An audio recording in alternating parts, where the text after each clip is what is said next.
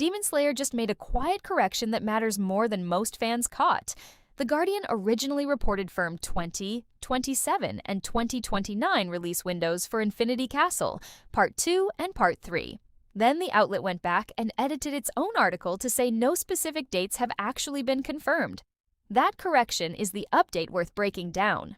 Back in January this year, The Guardian published numbers pulled from box office analysis, suggesting Part 2 would land in 2027 and Part 3 in 2029. Those figures spread everywhere. Then, The Guardian quietly amended the piece, stating an earlier version had given release years that were never officially confirmed. Separately, Ufotable's own future projects, Reel, only listed Infinity Castle Part 2 as something planned for sometime after 2026 with no attached date. And when Part 1 finally hit streaming this past July, its official logo quietly changed to add Part 1 onto the title for the first time internationally. That labeling change is confirmed.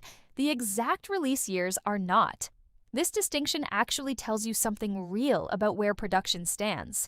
Adding Part 1 to the international title only after the streaming release suggests Ufotable and Crunchyroll are now treating this as a clearly defined three-film structure rather than letting international audiences assume it was a standalone movie the way the original theatrical marketing implied.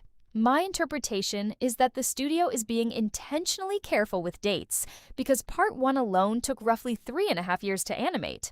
Promising a year this early risks another correction later. The title update feels like the real confirmation here. The years are still guesses dressed up as facts. There is no official release date for Part 2. The 2027 and 2029 windows remain unconfirmed reports, not studio statements. We also don't know if Part 3 will include the manga's epilogue arc or if that gets handled separately. Given how long Part 1's animation took and how carefully Ufotable is wording its own timeline, I think a real announcement lands around Jump Festa this December rather than any date floating online right now. Studios usually save reveals like this for their biggest annual stage, not a quiet slide in a future project's reel. So the title just got more official, even though the release date still hasn't.